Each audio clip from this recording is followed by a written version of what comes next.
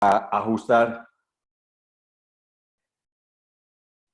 para ajustarle a los problemas, plaga de langostas en el este de África que puede ir hasta España y además de esto, pues el anuncio de huracanes. Es cuando uno dice, ay, ya, suficiente, pues tenía que ser el año bisiesto para que todas estas cosas pasaran para los más escépticos o supersticiosos en esto. Vamos a hablar de 5 urgencias neurooftalmológicas que ustedes no pueden olvidar.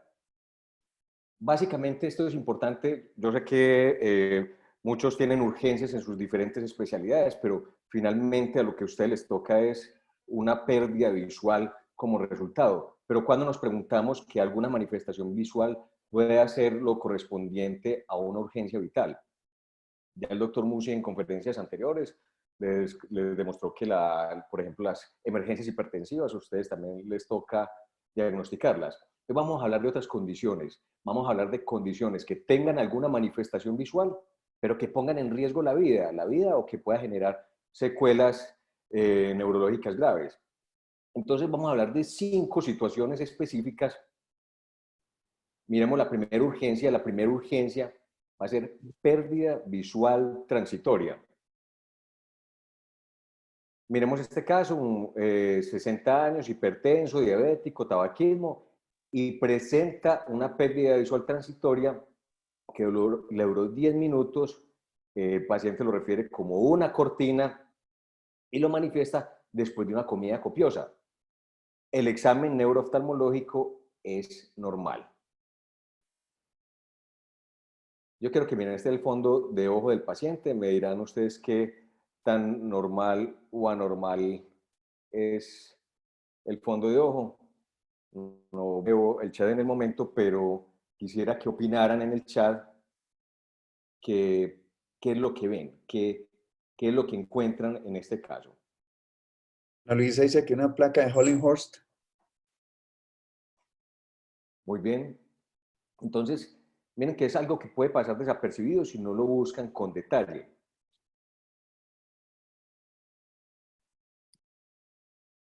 Si a nosotros nos presentan una historia de estas, un paciente con estos factores de riesgo, una pérdida visual transitoria, que le duró 10 minutos, que tiene estas características, pues decir que tiene una isquemia cerebral transitoria, un ataque isquémico transitorio, pues en realidad no es novedad. Lo importante es, ¿ustedes qué van a hacer con esto? Muchos de estos pacientes, ustedes ponen en sus remisiones interconsulta a neurología o neurooftalmología prioritario. Ustedes saben cómo es el prioritario en nuestros sistemas de salud. O sea, la evaluación por neurología será en 1, 2, 3, quién sabe cuántos meses. Entonces, aquí el asunto no es hacer un diagnóstico, claro, no, es lo que ustedes van a hacer con este tipo de condiciones. Yo les hago una pregunta a todos ustedes. Si ustedes o a un familiar cercano le dieron un dolor en el pecho intenso, irradiado al brazo izquierdo, con sudoración, o si les dieron hemiparesia, ustedes se quedarían en la casa, así se les haya quitado.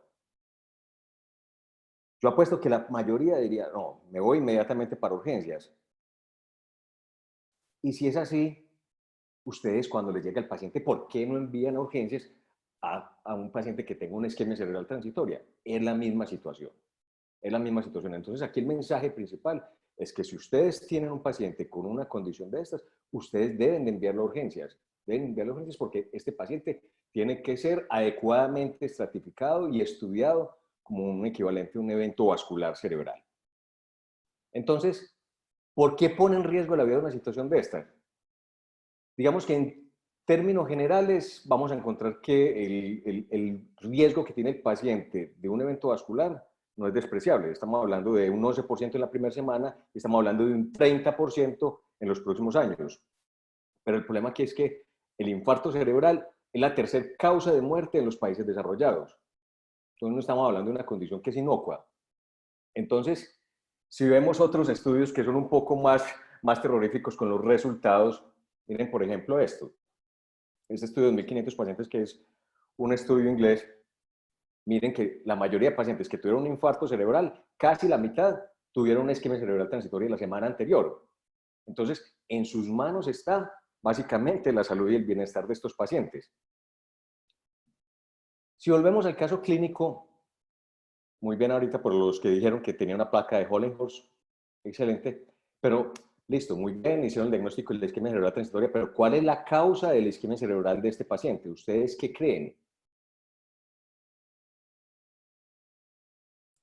Me gustaría que fueran opinando por el chat. Como les digo, no tengo aquí acceso al chat, pero vayan Vayan opinando. opinando, te hago una señal. Arriba, Andrés, puedes abrir en las pestañas de opciones, hay unos tres punticos y te hunde lo de chat. Allá. Aquí Luis Monsalve habla de ateromatosis carotidia.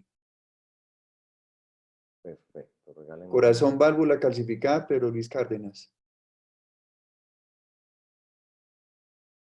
Listo. Entonces, miremos algo.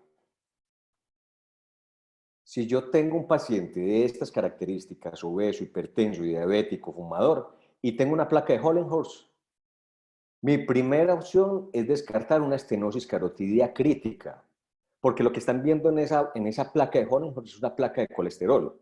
Sí, bien, puede tener otra fuente que no sea la carótida, pero digamos que en una serie de posibilidades, esa sería nuestra primera posibilidad. O sea, esa es por la que nos vamos a jugar.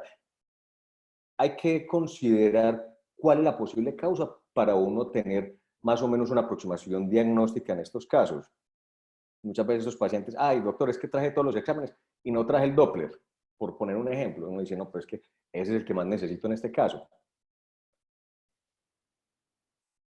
Miremos otras situaciones diferentes. No es este paciente. Ver el fondo de ojo nos va a ayudar a definir qué tipo de etiología puede tener el paciente.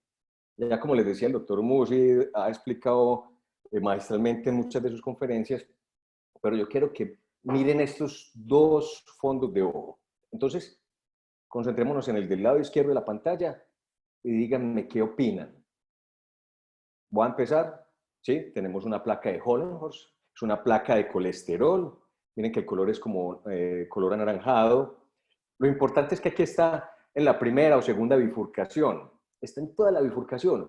Y miren qué bonito. O sea, a pesar de estar una placa ahí en esta localización, no es obstructiva. Miren que a partir de este punto se ve que pues continúa el flujo por las arteriolas. Entonces, muchas veces uno encuentra la placa, pero no hay un fenómeno isquémico. El paciente tuvo una manifestación, sí, tuvo una pérdida visual transitoria, pero en este caso la placa no nos está generando una isquemia en la retina como tal. Entonces, como les decía, esto es correspondiente a una enfermedad carotidia. Pero miren esta, miren aquí que hay una placa que no es solamente que va en la bifurcación, sino que se extiende un poco más y que la coloración es más diferente. O sea, no es la placa anaranjada del Hollenhorst, sino que es una tonalidad diferente, a veces un poco más, más rojiza.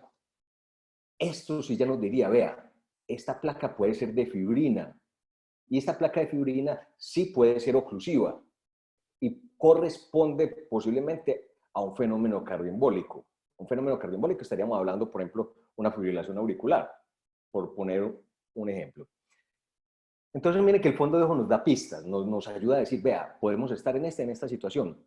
Me gusta mucho esta, es porque son placas blancas, son placas grandes, son placas de calcio, y estas placas de calcio suelen venir de las válvulas del corazón. Entonces aquí podríamos considerar que hay un problema valvular cardíaco. Entonces miren que con el fondo de ojo nos va aproximando.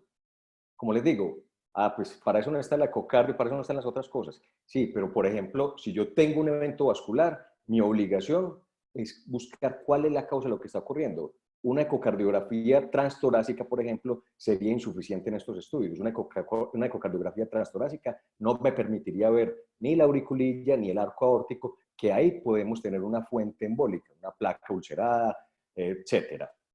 Entonces, tienen que juntar los hallazgos clínicos con los hallazgos de sus exámenes, no actuar separadamente. Entonces, ¿por qué es importante que ustedes vean esto? Uno, porque es que vea, este paciente tiene una presentación bastante típica. La presentación de cortina, que usualmente o baja o sube, que para ustedes están más familiarizados con los desprendimientos y todo esto, pero esta presentación de cortina en la isquemia retinal transitoria ocurre en el 25% de los casos. La presentación súbita y que sea más de 10 minutos lo hace altamente sugestivo. Y hay otra situación que lo puse adrede, en este caso, es que el paciente lo presenta después de una comida copiosa. ¿Qué pasa ahí? Esto es el equivalente a una angina retinal.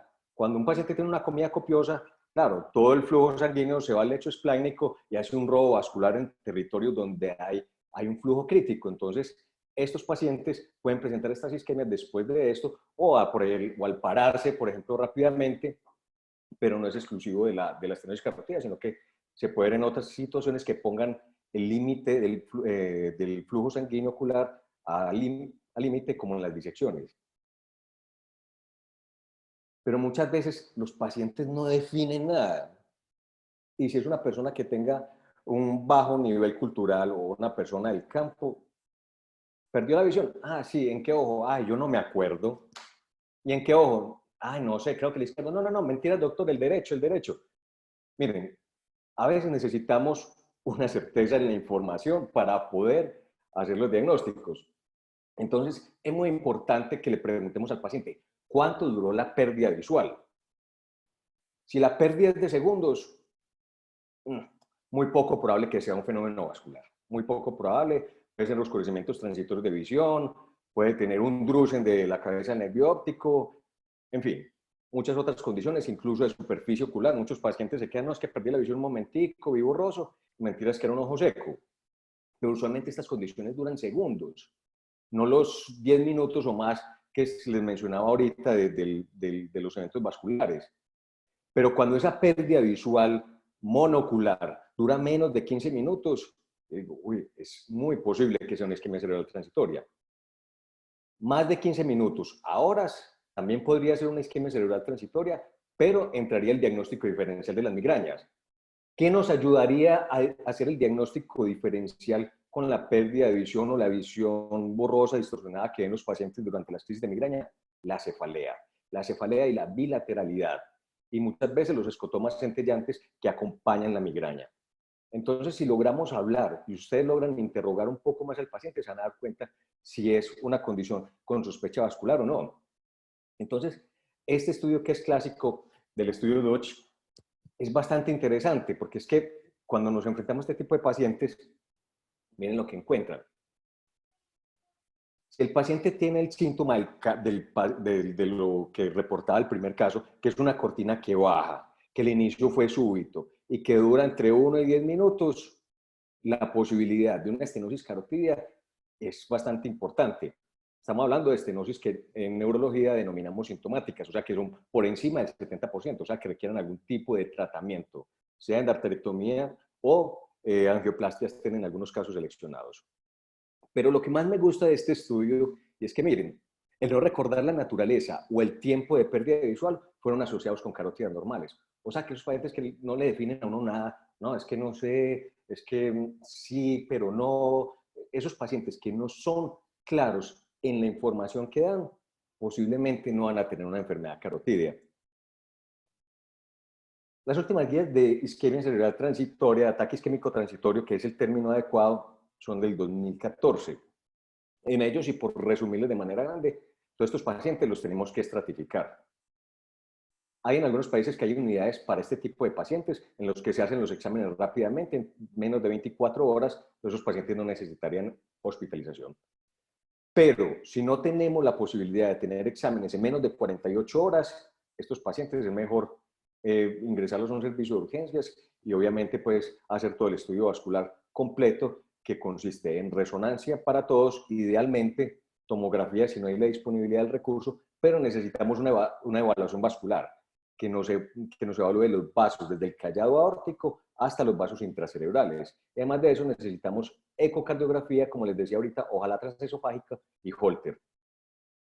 A pesar de que la isquemia retinal aguda no corresponde a la conferencia de hoy, porque los hallazgos son muy evidentes en su fase aguda, sí quiero decirles algo, y es que cuando tenemos una oclusión de arteria central de la retina o tenemos una oclusión de rama, estos son equivalentes a un infarto cerebral. O sea, estos pacientes, cuando ustedes los vean, no, interconsulta a neurología prioritaria. No, estos pacientes ustedes los tienen que llevar a urgencias.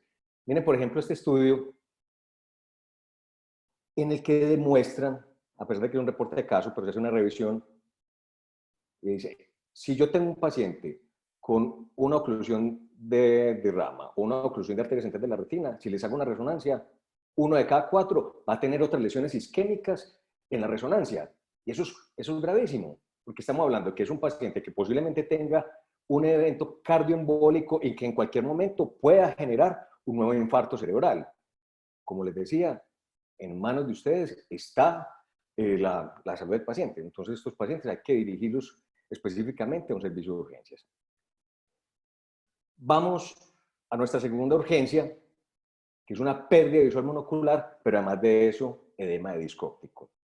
Miremos cuál es el escenario. Recordemos que estamos hablando de situaciones en que estemos generando no solo pérdida de la función visual, sino alguna condición vital que sea importante.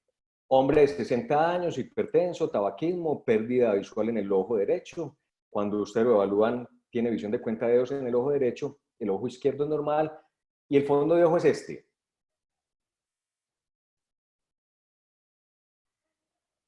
Yo quiero que opinen. Pues yo sé que es muy evidente, pero quiero que vean más allá de lo que está ahí. Ah, es que tiene edema de disco y hemorragia. Pues, obvio, pues no necesitamos mucha experiencia para esto, pero quiero que vean más allá. Vemos que no hay placas. Responde que es una neuropatía óptica isquémica anterior.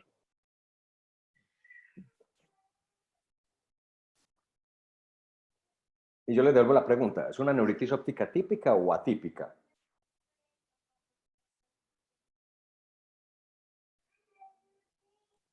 Atípica, dice no arterítica, atípica. ¿O neuritis o no neuritis? No, no es neuritis, correcto. O sea, no sé, muchas veces los pacientes llegan con un diagnóstico porque es relativamente joven. Si, por ejemplo, este paciente Pre- tuviera 50 años o similar, ¿sí? Pregunta a Ana Luisa que si había dolor. Y preguntan si fue en la mañana el evento. No le preguntaron. Pues lo puse así porque precisamente muchas veces de los errores diagnósticos en neuropatía óptica isquémica es que lo confunden con neuritis. Obviamente, si le preguntamos de manera juiciosa a este tipo de pacientes, ¿qué pasó? Posiblemente va a ser una pérdida visual indolora, posiblemente en la mañana, pero también puede ocurrir en la tarde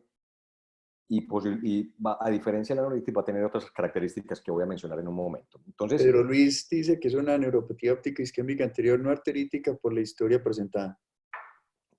excelente. Pero hola, ¿cómo estás? Entonces, Hola Andresillo. efectivamente es una neuropatía óptica isquémica. Puse aquí la condición de neuritis porque muchas veces se confunde o porque muchas veces viene con ese diagnóstico y no se lo quitan. No, ustedes tienen que hacer su diagnóstico. Entonces, aquí estamos hablando efectivamente de una neuropatía óptica isquémica. Creo que les he puesto cuadros clínicos que son muy evidentes, muy claros, pero vuelvo y les digo, miren más allá. Lo que es evidente suele ser evidente para todo el mundo, pero lo que no, ahí es donde ustedes tienen que actuar. ¿Qué observamos atípico en este caso? Aquí es interesante ver que el ojo contralateral no tiene un disco en riesgo. Y ahí uno dice, uy, oye, bueno, puede ser una neuropatía óptica isquémica anterior, no arterítica, pero no encontrar un disco en riesgo contralateral. Es para pensarlo, ¿cierto? Para los que dijeron que era una neuropatía isquémica anterior, no arterítica o arterítica, muy bien, ¿cierto? Recordemos que el 60% de las neuritis que tengan el diagnóstico de neuritis no lo van a hacer y este va a ser uno de los grandes imitadores. Entonces, muy bien, vamos con neuropatía óptica isquémica y siempre que lo tengan ustedes ahí en el consultorio, ay, sí, es este diagnóstico, tenemos que considerar dos opciones. Uno que es una forma no arterítica, que afortunadamente va a ser la más frecuente, va a ser la neuropatía óptica aguda más frecuente después de los 50 años, pero siempre tenemos que pensar, o sea, y esto les tiene que quedar de hoy. Ve, existen las formas arteríticas y estas formas arteríticas requieren un manejo que es urgente. En algunos centros en Estados Unidos, al paciente que tenga una sospecha de una neuropatía óptica isquémica anterior arterítica, le ponen su primer bolo de metilprednisolona antes de enviarlo a urgencias. Entonces, miren lo urgente que es esto. Una cosa es una no arterítica en la que, bueno, listo, que le ponga esteroides, le ponen muy con evidencia controvertida y todo eso, pero no es una condición que te amenace la vida. En cambio, yo no tratar una vasculitis de grandes vasos, ya son otras palabras. Entonces, lo importante en esto es que 1 de cada 10 neuropatías absorptivas isquémicas va a ser arterítica. O sea, no es muy frecuente. Yo hablaba con Marta y hablaba con los otros neurooftalmólogos que tan frecuente ven, y usualmente será 1 o 2 al año, tal vez 3, pero no suelen ser muchos. Pero 1 de cada 10 es arterítica. Este es un paciente que consultó por otra condición diferente, por una pérdida visual transitoria, pero lo que les quería mostrar es que no solamente miren el ojo, miren el contexto del paciente, o sea, obsérvenlo. Miren, en este caso, este paciente tenía, a pesar de su manifestación visual de pérdida visual transitoria, tenía mucha cefalea, venía con claudicación mandibular y tenía este hallazgo al momento de evaluarlo. Entonces, si no hacen el diagnóstico, este paciente va a ser posiblemente un compromiso contralateral y va a quedar ciego. Y peor aún, si no lo tratamos, puede tener otros compromisos. Recordemos que es una vasculitis de grandes vasos y podemos tener otros compromisos. Por ejemplo, el 7% pueden hacer un infarto cerebral. Y el infarto cerebral que hacen los pacientes con neuropatía óptica isquémica, en 3/4 partes de los casos, lo hacen en circulación posterior. Y todos sabemos lo aterrador que es tener un infarto o cerebeloso o en el tallo cerebral. Entonces, miren la gravedad de las cosas de no hacer diagnósticos. Como les decía, estos pacientes necesitan un tratamiento urgente con esteroides. Las formas no arteríticas es controvertido, pero este sí necesita tratamiento urgente con esteroides. Entonces, miremos varias cosas entre las formas no arteríticas y las arteríticas. La arterítica usualmente va a ser por encima de los 70 años, pero si vemos los criterios del Colegio Americano de Reumatología, siempre lo ponen con un punto de corte por encima de los 50 años.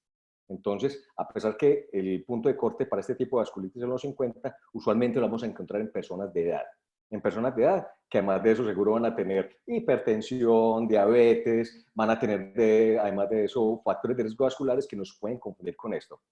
Recordemos que entre el 20 y el 25% de los pacientes con arteritis no van a tener todo lo que nos enseñaron en los libros. No van a tener ni la polimialgia, ni van a tener la pérdida de peso, ni las otras condiciones. Son pacientes que van a llegar solamente con la manifestación visual y se puede confundir con las formas no arteríticas. Entonces, todo paciente con neuropatía óptica isquémica, por favor, hay que pedirle todos los reactantes de fase aguda, así no parezca que sea una vasculitis.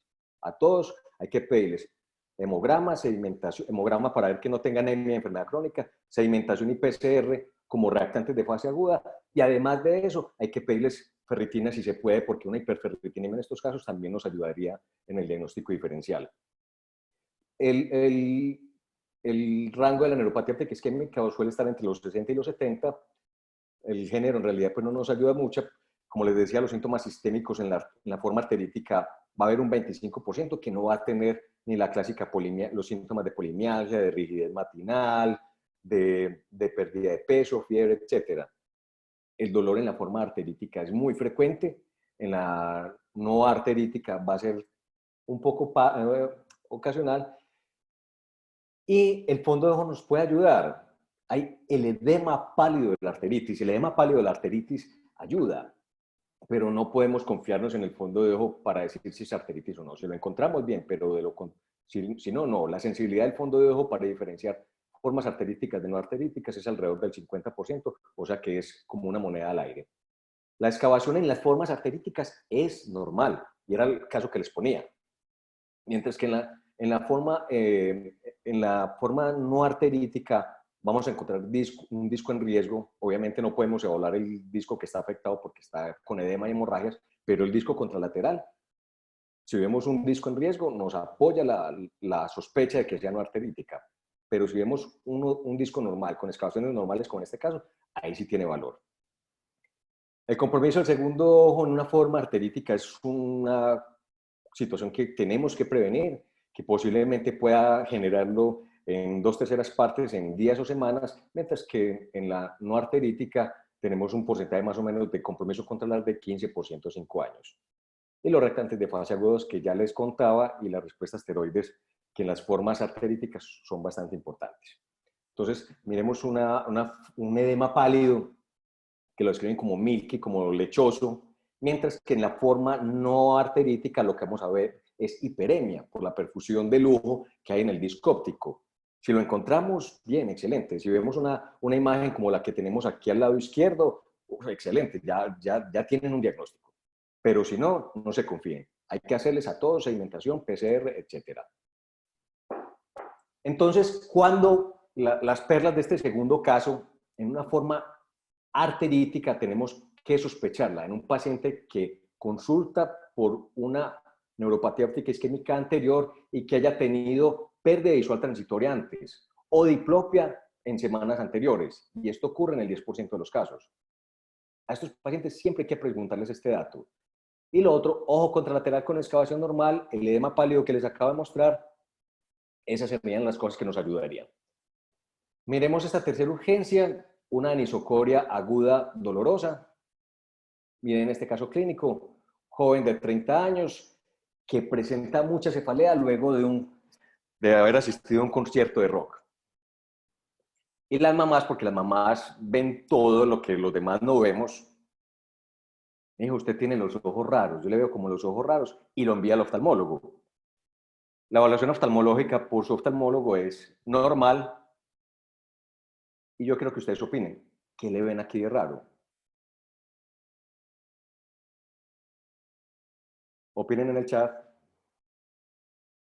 Andrés, antes que empiezo a opinar, la doctora Carada me escribió algo acá, dice, excepción de la regla de la novia con excavación fue escrita por el doctor Parsa, Musi Hoyt, Journal de Neuroftalmología en 1998. A tener en cuenta, son casos muy excepcionales. Melissa Zapata dice anisocoria, Laura Cifuentes dice anisocoria. Aquí ustedes se enfrentan, Emily, muchas gracias por el comentario. Aquí ustedes se enfrentan a una situación. Uno, que no siempre vamos a ver los pacientes como aparecen en los libros. Dos, las alteraciones pupilares en nuestra población latina es como ver un punto negro en una pared negra. Es muy difícil ver las diferencias. Si fuéramos todos rubios y de ojos claros, con seguridad es que nos notaban las anisocorias ahí mismo. Y el otro problema es que muchos pacientes entran dilatados a la consulta de oftalmología de antes y ustedes no tienen la oportunidad de ver eso. Otra situación es que cuando son situaciones leves y todo eso, no alcanzan a ser percibidas adecuadamente por el médico que los ve. Entonces, este paciente, ¿qué diagnóstico tiene? Estamos hablando del joven que está en el concierto de rock y qué van a hacer con él. Como dicen en los casinos, abran sus apuestas. ¿Qué diagnóstico tiene el Dice paciente? que encuentra o se observa una leve ptosis derecha. Muy bien. La ventaja de esto en un aula, en una conferencia normal, es que ustedes tienen la pantalla ahí y pueden ver los detalles. Entonces, vemos una simetría palpebral que es mínima y vemos la anisocoria. Pero, ¿cuál es el diagnóstico del paciente? ¿Y qué Augusto tenemos que hacer con Hernández él? habla de un Horner. Excelente. Entonces, esa es la situación. Miren que este paciente tiene un Horner derecho. ¿Y qué van a hacer con él? Evaluación prioritaria por neurología en un año. Este paciente, nuestro primer diagnóstico es una disección carotidia. Liliana Giraldo habla de disección carotidia. Natalia Restrepo dice hospitalizar. Excelente. Entonces, cumplimos el objetivo. Entonces, este paciente es una disección carotidia hasta no demostrar lo contrario. Esta disección carotidia, miren lo bonito, vean por ejemplo en las imágenes que están ahí, vean la luz del vaso, en un lado ven el normal y en el otro, en la parte de arriba, no sé por qué no me deja señalar, pero en la imagen patológica que está ahí se ve el trombo. Entonces, estos pacientes tienen un alto riesgo de infarto cerebral. De hecho, el 20% de los infartos cerebrales en pacientes jóvenes son por disección carotidia. Si ven en la parte de abajo, la carótida debería ir hasta arriba. Ahí no están viendo la carótida interna, están viendo la carótida externa. La carótida interna se interrumpe ahí y tiene esa forma de pico de lápiz, de cola de ratón, de punta de flauta, tiene muchos nombres, pero ahí, esa imagen en punta, es hasta donde llega la circulación carotidia. Y si se le tapa la carótida, prácticamente se le muere la mitad del cerebro, a no ser que tenga muy buena circulación colateral, que los pacientes jóvenes habitualmente la tienen. Pero miren de lo que estamos hablando. Este paciente que les llegó a ustedes, que aparentemente no tenía nada, y miren, o sea, estamos hablando de una condición que sí va a afectar la vida del paciente. A pesar de que les puse un ejemplo excepcional, no es frecuente esto. Lo más frecuente que vamos a encontrar es en todas esas situaciones en que haya hiperextensión cervical.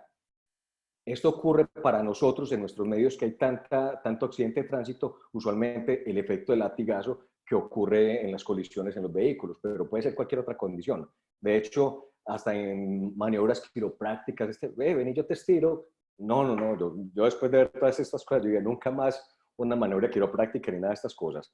Pero también situaciones tan sencillas en las personas de edad, por ejemplo, como estornudar o, no sé, hacer alguna maniobra en el pecho, hacer esto, pudiera generar este tipo de síntomas. Andrés, ¿Te Pedro Luis estresaste, pregunta Carlos? acá. Ah, pensé que te estresaste con lo del... Andrés, Pedro Luis pregunta acá que dice que me perdí, tuvo dolor el muchacho al consultar inicialmente. Sí, tuvo dolor. Pues se quejó de cefalea, pero si fuéramos a caracterizar esta cefalea, posiblemente el origen del dolor tendría que ser en el cuello y posiblemente irradiado, porque la disección es carotídea y usualmente el dolor va a ser más que todo a este nivel. Puede ser irradiado a la mandíbula, puede ser irradiado a la región hemifacial de ese lado.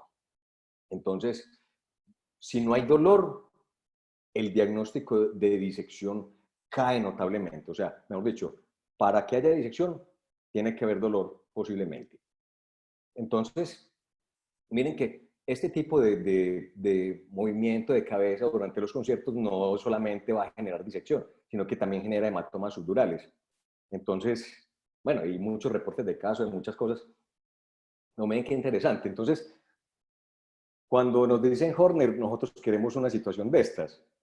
Ah, qué bueno tener la tosis, qué bueno tener el ojo claro, qué bueno que el paciente llegara así, pero la vida no es fácil. La vida no es fácil y a los pacientes les encanta enredarnos la vida, eso sí es cierto. Entonces, vamos a encontrar que muchos de los pacientes no van a tener una tosis que sea evidente. Y si a eso, si a eso le sumamos los cambios aponeuróticos que muchos pacientes tienen con la edad, puede que el diagnóstico sea más difícil. Entonces, hay que tener un alto índice de sospecha. Algunos autores dicen que hasta el 20% de los jóvenes pueden no tener tosis. Son cifras un poco altas, pero el caso es que tengamos en mente que hay pacientes con Horner que la única manifestación va a ser la anisocoria. Entonces, lo importante de esto es que es una anisocoria que es mayor en penumbra. Cuando estamos en penumbra, ¿qué esperamos que pase con las pupilas? Que se dilaten, ¿cierto? Y esta función corresponde al simpático. Entonces, una pupila normal, que en este caso es la derecha, se va a dilatar normalmente, pero la pupila que no se dilata va a ser la del problema simpático. O sea, en este caso tendríamos el Horner. Miren este caso. Miren que casi no tiene tosis. Y si ustedes miran a esta paciente en un ambiente iluminado, se les va a pasar. Queda como una anisocoria fisiológica si es que se hace el diagnóstico de anisocoria. Pero miren en penumbra cómo queda la diferencia. Este es un Horner izquierdo y es el resultado de un bloqueo del ganglio estrellado por una hiperhidrosis que tenía la paciente. Entonces, miren que las pupilas las tenemos que evaluar siempre en iluminación y en penumbra. Si esta paciente no la ponen en penumbra, no van a hacer el diagnóstico. Y si es un caso grave como el otro, es una cefalea con examen oftalmológico normal, vaya a ponerse un neurólogo y ese paciente se puede morir.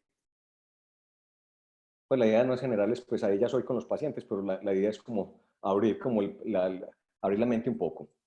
Entonces, en este caso, nuestra perla número 3 de este caso es un Horner agudo y dolor. Tenemos que descartar disección carotidia. Y siempre tenemos que evaluar las pupilas en iluminación y penumbra. Miremos nuestro cuarto caso, diplopia anisocoria. Estos sí son buenos. 55 años, hipertenso, diabético, obeso y fumador. Puse todos muy parecidos. Este paciente, un paciente real, una tosis completa en el ojo derecho al despertar, dolor ocular leve a moderado. ¿Te duele el ojo? Sí, un poquito, pues, pero ¿es un dolor severo? No necesariamente. Entonces, no estamos hablando de un dolor que sea severo, pero que sí está presente. Y miren toda la motilidad ocular. El video está acelerado para ahorrar tiempo. Entonces tenemos una tosis completa de ese ojo. Miren, ahí se alcanzan a ver las pupilas. Miren que las pupilas están bien. El que habla de fondo soy yo.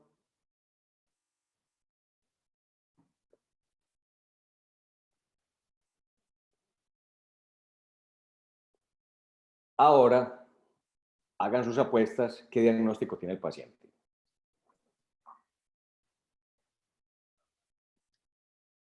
Wow, ahí quedó perfecto la pupila. Se alcanza a ver excelente. ¿Qué tiene el paciente? Ana Luisa habla de una parálisis del tercer nervio incompleta.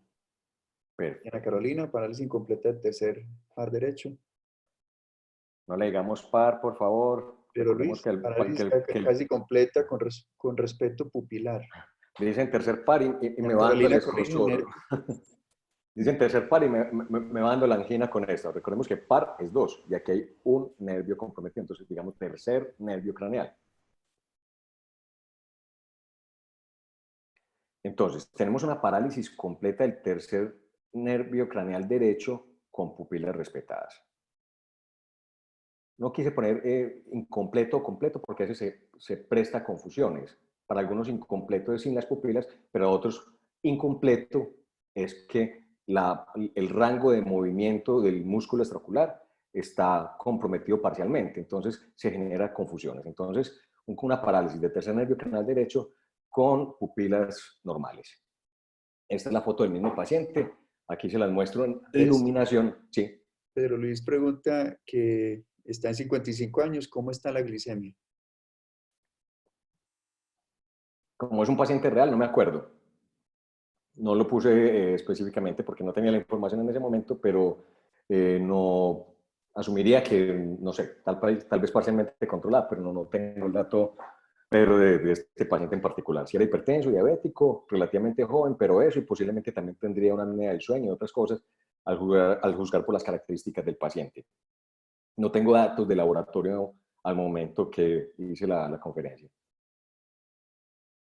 Entonces, miren acá, tenemos la parálisis del tercer nervio y miren las pupilas. Y estas pupilas que están ahí, las estamos viendo en iluminación. Entonces, si el Horner era evidente en penumbra, las pupilas correspondientes a la disfunción parasimpática las vamos a ver mejor en iluminación. Claro, porque es que ahorita veremos el caso. Entonces, ¿qué es lo más importante de la evaluación semiológica de este paciente? ¿Ustedes qué opinan? Yo sé que todos lo saben, la pupila. Aquí pregunta el doctor Dionero Aristizábal, ¿qué porcentaje de pacientes con aneurisma no comprometen pupila?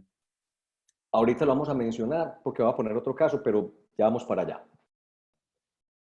Porque estamos hablando de las que amenazan la vida. Este caso no es una condición que nos amenace la vida, de hecho es un caso benigno, pues lo quería poner a comparación del que sigue. En este caso, ¿usted le van a pedir que el neurocirujano o el neuroradiólogo los ayude? No, pues, o sea, no estamos hablando en esta situación en particular de una parálisis de un tercer nervio craneal que sea compresivo, que en la porción cisternal, que ya vamos a ver por qué. Una parálisis completa del tercer nervio craneal con pupilas normales, estamos hablando de tamaño y reactividad. Tenemos que considerar o que sea una miastenia o que sea una diabetes. Pues una parálisis metabólica, pues secundaria de diabetes o hipertensión sería la explicación en este caso.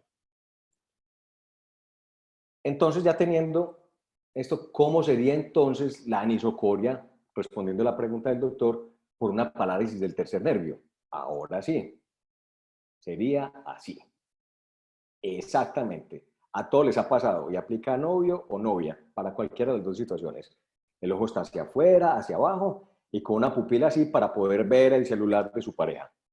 Entonces, yo sé que a todos les ha pasado. Lo que lo veríamos sería más o menos así. Esta es una paciente joven, ya intervenida por un aneurisma, ya está operada. Miren que aquí estamos viendo las pupilas en iluminación. Ahí está en penumbra. Miren que sí, hay una diferencia, pero esa diferencia es muchísimo mayor cuando yo ilumino, porque la pupila sana va a hacer esto, se va se va a contraer, mientras que la otra no. Entonces, la diferencia que hay en penumbra y en iluminación es mucho mayor cuando ilumino las pupilas. Como ven ahí, esta paciente ya está operada, pero quedó con una parálisis del tercer nervio que fue incompleta, hablando de la parte oculomotora. Entonces, no es el caso de la paciente, pero miren que aquí sí necesitamos imágenes. Aquí veríamos un aneurisma en la arteria comunicante posterior del lado izquierdo, no es el caso de la paciente, repito, y la explicación sería esto. Miren acá, este es el aneurisma y la línea que ven abajo en amarillo es el tercer nervio. Miren la compresión que hace en esta porción cisternal que está en la base del cerebro y que ese aneurisma comprime desde afuera el tercer nervio craneal. Y tener en cuenta esta localización anatómica es importante porque cuando vemos acá, por ejemplo, esta compresión del nervio va a comprometer las fibras parasimpáticas. Y si compromete las fibras parasimpáticas, vamos a tener la anisocoria que tiene el paciente. Mientras que en la metabólica, que es la que está al lado pues, la parálisis metabólica, no hay esta compresión y se respetan este tipo de fibras. Entonces, por eso, en una parálisis metabólica o microvascular, no vamos a encontrar anisocoria. Andrés, Entonces, Luis comenta, espectacular, esta sí es la regla de Rooker. Entonces, miren, ¿cuál es el riesgo de aneurisma, respondiendo a la pregunta del doctor, cuando tenemos una parálisis de tercer nervio craneal aislado? Cuando uno habla de una parálisis de tercer nervio es que no tenemos ni síntomas neurológicos adicionales, o sea, no estamos hablando de compromiso de tallo, no tenemos hemiparesia, no tenemos otras cosas. Y además de esto, no tenemos ninguna semiología ni síntomas que nos sugieran una patología en la órbita. Entonces, ahí estamos hablando de una parálisis de un tercer nervio craneal aislado que nos ubica semiológicamente el compromiso en la porción cisternal, que es lo que les mostré en la diapositiva anterior. Cuando tenemos un paciente de estos, si tenemos un compromiso pupilar, este paciente tiene un alto riesgo de que sea un aneurisma y este paciente debe ir a urgencias inmediatamente. Pero como el caso que les mostraba ahorita, sin compromiso pupilar, el riesgo de que sea un aneurisma es muy poco, es solamente el 4%. Entonces, posiblemente no lo sea.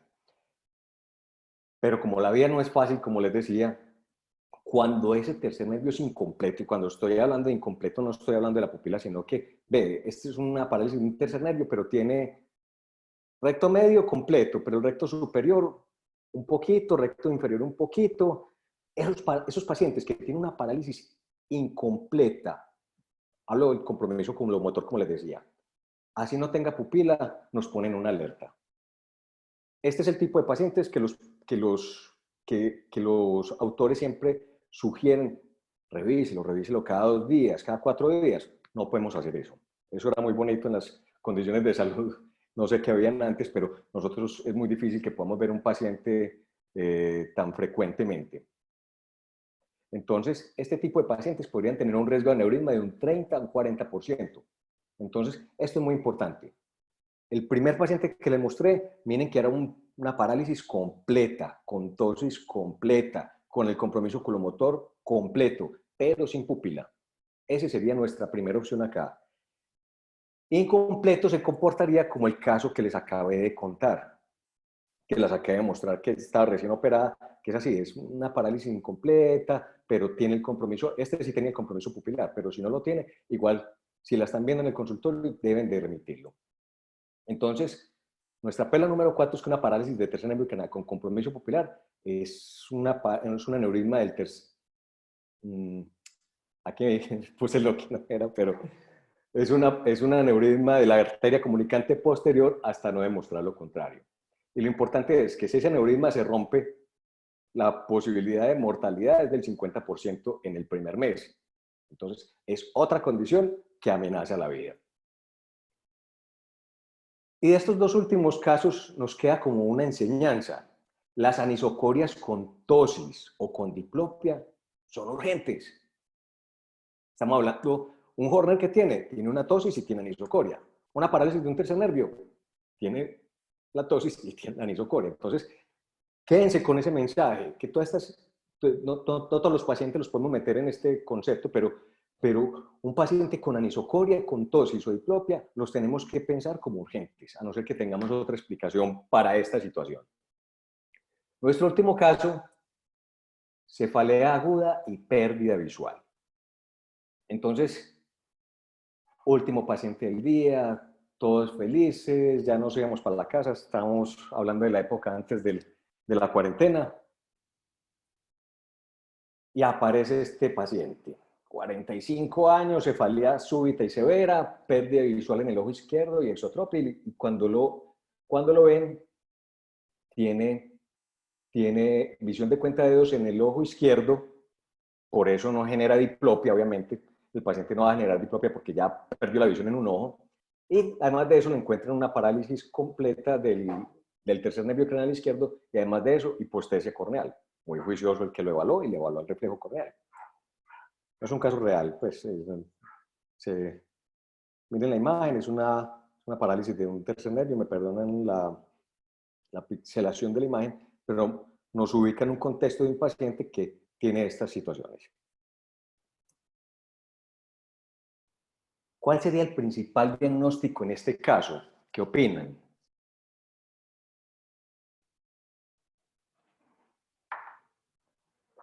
Esperemos la respuesta de Andrés. Me devuelvo. Pedro Luis apunta a seno cavernoso. Ana Luisa pregunta que si es algo del seno cavernoso. Diana Carolina, síndrome de seno cavernoso. Héctor Escobar, síndrome de apex orbitario. Perfecto, o sea, estamos súper bien María orientados. Alejandra, trombosis de seno cavernoso. Bueno, es una opción, es una opción. Tuvo cefalea, tuvo los síntomas.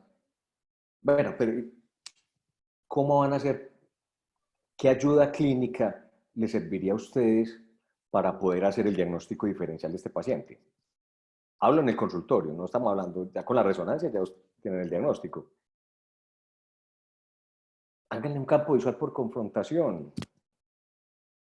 O sea, el ojo izquierdo de ese señor está perdido, o sea, ese ojo no va a servir. Pero si ese paciente en el ojo aparentemente sano tuviera una hemianopsia, ya tienen el diagnóstico. Ahí sí tendríamos el diagnóstico de una lesión celular, como decían algunos de ustedes, en el seno cavernoso. Claro, este es el caso de una apoplejía hipofisiaria. Un paciente que venía con una lesión de lento crecimiento, hasta que en algún momento, ¡pum!, hace la hemorragia. Y esa hemorragia es explosiva y aumenta el volumen del contenido de la lesión significativamente y genera los síntomas por los que consultan. Entonces, casi todos los pacientes con apoplejía hipofisiaria van a tener un 66% compromiso visual. Este paciente lo tiene. Compromiso oculomotor, 69%. Este paciente lo tiene. La mortalidad, yo creo que todas las que le conté en esta época que nos está tocando es la menos mortal de todas las condiciones que les dije. La mortalidad para algunos es del 0% y para otros es del 5%. Pero mucho tiempo antes de que los pacientes los trataran con esteroides, los que los mataba era la insuficiencia adrenal y se moría el 50% de los pacientes. Eso es historia patria, pues, pero bueno, ya no se mueren por esto y esto es una entidad que en el momento es de poca mortalidad, pero sí de mucha morbilidad. Si estos pacientes no se operan rápidamente, pudieran pues, o sea, si los operamos rápidamente, pudiéramos mejorarle un poco el pronóstico visual. Entonces, una diplopia aguda con pérdida visual y trastorno oculomotor con cefalea, tenemos que considerar apoplejía hipofisiaria. Entonces, cuando hablan del seno cavernoso, sí, puede ocurrir. Da dolor, da la semiología clínica del compromiso del seno cavernoso, pero el seno cavernoso no nos compromete el apex orbitario. Entonces, la explicación de la pérdida visual en este paciente le tendríamos que buscar otra alternativa. Una trombosis del seno cavernoso como tal nos daría un tercero, un sexto, una hipoestesia corneal. Yo les hago una pregunta: ¿quiénes de ustedes evalúan el reflejo corneal? Y no estamos hablando del paciente que viene por una queratitis herpética, nada de eso, de rutina o con diplopia. Creería que muy pocos. Vamos un poco a la anatomía. Miren el seno, la hipófisis aquí en la mitad de esta imagen. La hipófisis va a estar entre ambos senos. Los senos van a estar en esta estructura como esponjosa, como que la que está acá. Vemos arriba el segundo nervio, vemos el nervio óptico arriba y vemos los oculomotores aquí a los lados. Entonces, como ven, la hipófisis está en una posición supremamente estratégica. Es una posición tan estratégica que todo lo que pasa ahí, si crece hacia arriba, ¡pam!, se va a la visión. Y si crece a los lados, se van los oculomotores. Entonces, recordemos esto, siempre la hipófisis va a estar entre los senos. Entonces, esto nos ayuda a considerar y a entender un poco por qué pasa esto y por qué además podemos encontrar compromiso de ambos lados. Este paciente se quejó de un solo lado, pero como les decía, si le hago campimetría por confrontación en el ojo sano y encuentro una hemianopsia temporal, ahí está el problema. Y antes de la resonancia, ustedes ya tienen el diagnóstico. Obviamente, este paciente tiene que ir a urgencias. Andrés, Sí. Pedro Luis dice acá, preguntarle por la libido en el último año en el consultorio y despista un poco la hipoestesia del B2 trigemino. Es interesante esto. Cuando yo hablo de B2, estoy hablando de la parte posterior del seno cavernoso. Tener un compromiso de B2 es, mejor dicho, el que lo exploró, felicitaciones, pero me dice que la lesión es extensa. Mientras que B1 está en la parte anterior del seno cavernoso, B2 está más atrás. Entonces, si encuentro B1, sí, perfecto, seno cavernoso en su porción anterior, pero B2 me diría, uy, este problema creció y también no es solo un problema hacia adelante, hacia el ápex, está también hacia atrás. Entonces, ahí la semiología nos ayuda impresionante. Voy a hacer otro bonus extra, como les contaba ahorita, un paciente parecido, pero ya diabético, con oftalmoplegia, pérdida visual, y les llega con este TAC. Un TAC que demuestra sinusitis. La misma oftalmoplegia, una pérdida visual rápidamente progresiva, le hacen este tag, no, tiene sinusitis, todo el mundo tiene sinusitis en las imágenes y no le prestan atención y les llega en estas condiciones. Recordemos que diabético con sinusitis, síndrome de apex orbitario, ustedes tienen que descartar mucormicosis o aspergilosis, cualquiera de las dos condiciones. Y esto es grave porque esto sí tiene una mortalidad altísima. Entonces, ojo con el diabético, ojo con este tipo de pacientes, diabético inmunosuprimido, con síndrome de apex orbitario. O sea, estamos hablando de trastorno oculomotor, compromiso visual. Estos pacientes tenemos que correrle. Si está el antecedente de sinusitis, nos ayuda también mucho más a esta sospecha diagnóstica. Entonces, de este último caso, nos quedan que las diplopias que ponen en riesgo la vida, pensemos en las baterías. Triple A. Entonces, esta batería triple A, ¿qué nos dice? Sí, ¿cuáles son las diplopias que nos amenazan la vida? Es aneurisma, apoplejía hipoficiaria y absceso. Estamos hablando de mucormicosis o aspergilosis.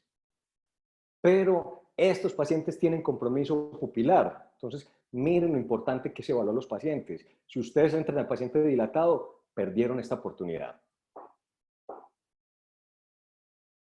Les decía ahorita que cuántos evalúan en una diplopia el reflejo corneal es básicamente por esto. Devolvámonos al caso clínico anterior, al cuarto caso, que fuera un tercer nervio. Ustedes dicen, no, es un tercer nervio, sí, metabólico, no hay ningún problema, o ya tiene resonancia y todo está normal. Claro, un compromiso de seno cavernoso con un solo nervio craneal es muy raro, solamente el 17% de los casos. Pero si a este nervio craneal yo le sumo una hipoestesia corneal, o sea, dos nervios craneales en el mismo lado, me pasa del 17 al 44% la posibilidad de tener un seno cavernoso. Y recordemos que las lesiones en seno cavernoso muchas veces son subdiagnosticadas.